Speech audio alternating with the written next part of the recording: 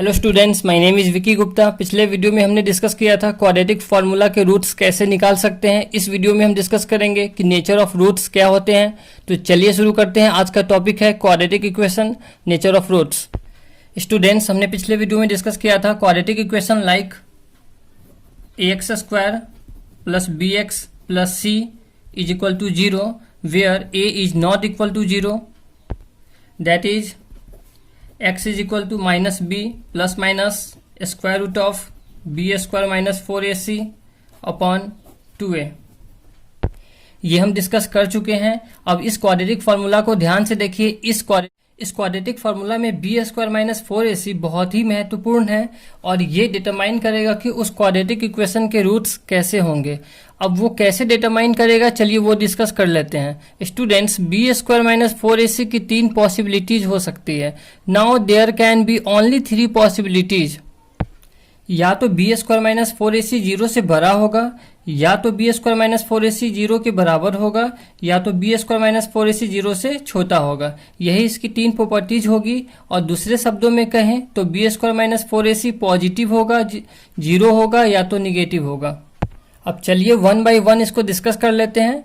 So now let's discuss one by one. First case,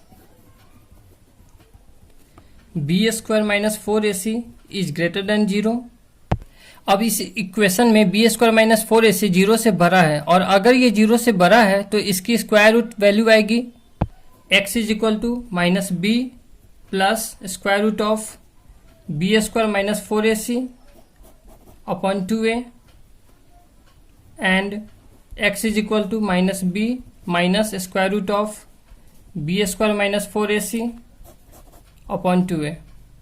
तो इस case में quadratic equation के 2 डिस्टिंक्ट यानी कि अलग अलग रूट्स होंगे। चलिए केस 2 डिस्कस कर लेते हैं।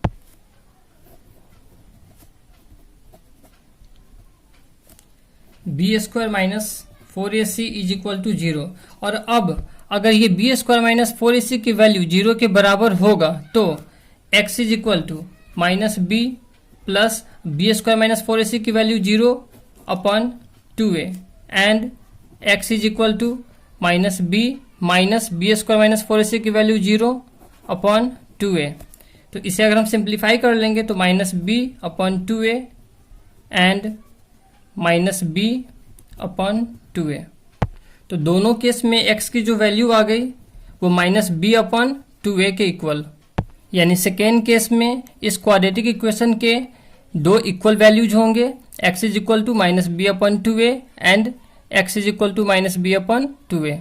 अब चलिए थर्ड केस देख लेते हैं। Case third, b square minus 4ac is less than 0। अगर b square minus 4ac less than 0 होगा तो इसकी वैल्यू निगेटिव होगी। Then b square minus 4ac is negative. Then b square minus 4ac is negative and square root of a negative number is not a real number। यानी किसी भी negative number का square root नहीं निकाला जा सकता। कोई ऐसा रियल नंबर नहीं होगा जो निगेटिव नंबर का स्क्वायर रूट होता हो, तो उस केस में इस क्वाड्रेटिक इक्वेशन के कोई भी रियल रूट्स नहीं होंगे। देयरफॉर